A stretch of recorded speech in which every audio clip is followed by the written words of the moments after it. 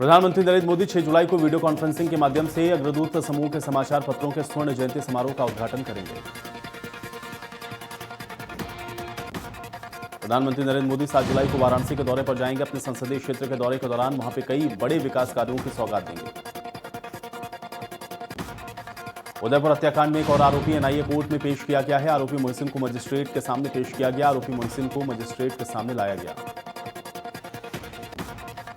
सोमवार को ज्ञान वापी मामले में जिला जज की कोर्ट में सुनवाई हुई। कोर्ट में 12 जुलाई को अगली तारीख दे दी है। 12 जुलाई को मुस्लिम पक्ष फिर से अपनी बात रखेगा। स्पाइसजेट B737 विमान संचालन उड़ान SG-11 जो दिल्ली से दुबई जा रहा था। विमान की इंडिकेटर लाइट में खराबी के कारण कराची की ओर मोड़ दिया गया था। फिलहाल विमान की कराची में सुरक्षित लैंडिंग कराई गई है। यात्रियों को सुरक्षित उतारा गया है। इंडिकेटर लाइट में खराबी आने की वजह से प्लेन की इमरजेंसी लैंडिंग करवानी पड़ी। गहलोत कैबिनेट की कल अहम बैठक होगी। सीएम गहलोत मुख्यमंत्री आवास में शाम 5 बजे मीटिंग लेंगे। बैठक में कई एजेंडों पर चर्चा होगी। उदयपुर में हुए कन्हैयालाल हत्याकांड के बाद से पूरे देश में इसकी कड़ी आलोचना हो रही है। पूर्व मुख्यमंत्री वसुंधरा राजे उदयपुर पहुंची, घटनास्थल पर भी गई। इस दौरान राजे ने कहा कि हत्या के बाद जिस तरह से पुलिस ने तत्परता दिखाते हुए आरोपियों को गिरफ्तार किया वो सराहनीय है। पीसीसी चीफ गोविंद डोटासरा ने एनआईए के महानिदेशक दिनकर गुप्ता को पत्र लिखा। रियाज के भाजपा से रिश्तों के एंगल से भी जांच की मांग। कहा बीजेपी के कार्यक्रमों में जाता था रियाज। 12 जुलाई को जयपुर आएंगे एनडीए के राष्ट्रपति उम्मीदवार द्रौपदी मुर्मू। विधायकों सांसदों से व्यक्तिगत मिलने का है कार्यक्रम। बीजेपी ने सभी विधायकों सांसदों को बुलाया जयपुर नगर निगम हेरिटेज के बाहर प्रदर्शन। पार्षद महेश कलवानी स्थानीय लोगों के साथ कुर्सी लगाकर धरने पर बैठे। सीवर लाइन की साफ सफाई नहीं होने से है नाराज। श्रीगंगानगर के रायसिंह नगर के तातारासर गांव के राजकीय स्कूल के छात्रों ने स्कूल को 12वीं तक क्रमोन्नत करने की मांग को लेकर स्कूल पर तालेबंदी कर दी, धरना दिया। शिक्षा विभाग के अधिकारियों ने मौके पर बुलाने की मांग की। जयपुर में भीम आर्मी के चीफ चंद्रशेखर आजाद रिहा कर दिए गए। कोविड सहायकों के धरने में हुए थे शामिल। धारा 144 का उल्लंघन करने का वजह से पुलिस ने किया था गिरफ्तार। चंद्रशेखर ने राजस्थान पुलिस पर निजी मोबाइल और अन्य एप्लीकेशन से छेड़छाड़ का आरोप लगाया। उदयपुर में हुए कन्हैयालाल हत्याकांड के विरोध में हनुमानगढ़ टाउन और हनुमानगढ़ जंक्शन के बाजार बंद रहे। सर्व समाज ने बंद का आह्वान किया था और इस बंद के कई व्यापारिक सामाजिक संगठनों के अलावा वीएचपी और बजरंग दल का समर्थन भी मिला था।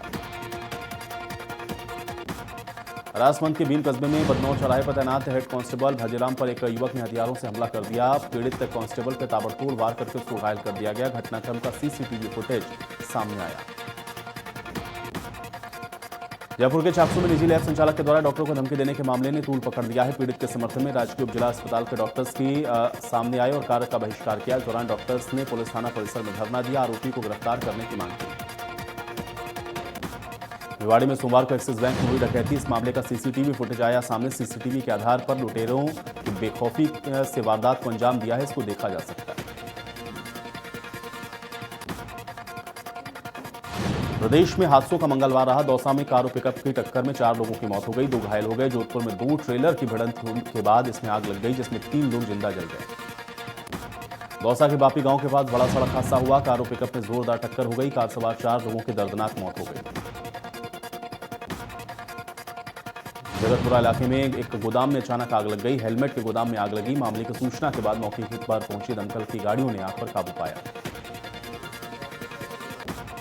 असम में बाढ़ की स्थिति में थोड़ा सुधार हुआ है। प्रभावित लोगों की संख्या पिछले दिनों 18.35 लाख से घटकर करीब 14 लाख हो गई है, जबकि एक व्यक्ति की मौत के साथ मरने वालों की संख्या 180 हो गई।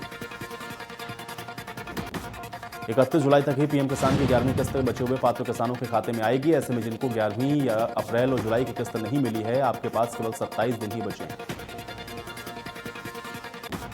सरकार की ओर से गेहूं के निर्यात की मंजूरी दी जा रही है, लेकिन इसके लिए कुछ नियम तय कर दिए गए हैं। रूस और यूक्रेन के बीच जारी जंग ने ग्लोबल मार्केट में गेहूं की सप्लाई को बुरी तरह से प्रभावित किया है।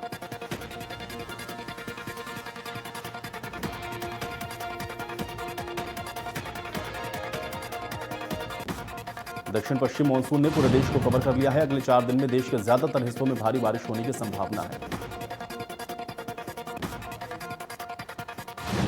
देश में पिछले 24 घंटे में कोरोना के 13,086 नए केस आए सामने। 24 लोगों की मौत हो गई।